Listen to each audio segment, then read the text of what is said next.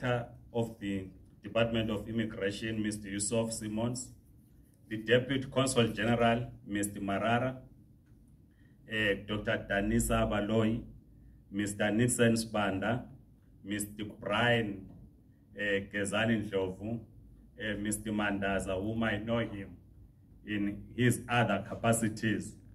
I'm here representing the African Diaspora Forum. Has already been indicated that we have 34 migrant communities, and I'm also the chairperson of the Zimbabwe community in South Africa. I want to start here. Don't mind if I address you as comrades. That's what I'm used to.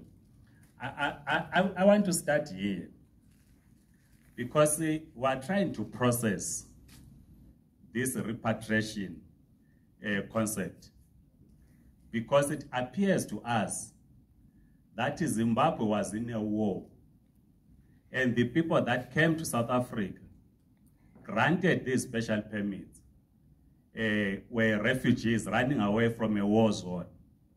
Now that there's ceasefire in Zimbabwe, then they must be repatriated back into Zimbabwe and integrated in their communities. And we are trying to process that, because fundamentally these are economic migrants who were not invited by anyone to come to South Africa, who were in South Africa, undocumented, some on asylum documents from May 2002, when the Department of Home Affairs granted asylum documents to Zimbabweans. And of course, some who had fraudulently South African IDs.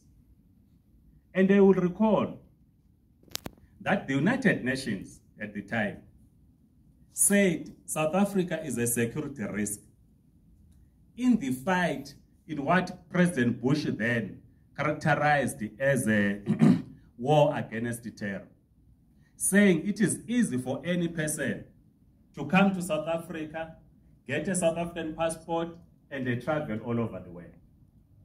It was at that time that the Department of Home Affairs set up a roadblock at the border post, and they withdrew almost 5,000 passports to those people that were holding those passports.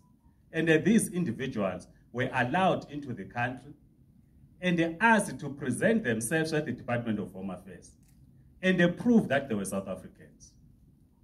Some were arrested because they could not prove. Some sent to prison for 3 months, others asked to pay a fee of 3,000 rands. It was at that point that the government of South Africa and the government of Zimbabwe said, let us grant a special amnesty to these individuals. And they granted them what was called Documentation Zimbabwe Project, ZEP. That amnesty also had to then extend to the political victims and the others that had, because they could not qualify to other permits, used an asylum document for the purposes of working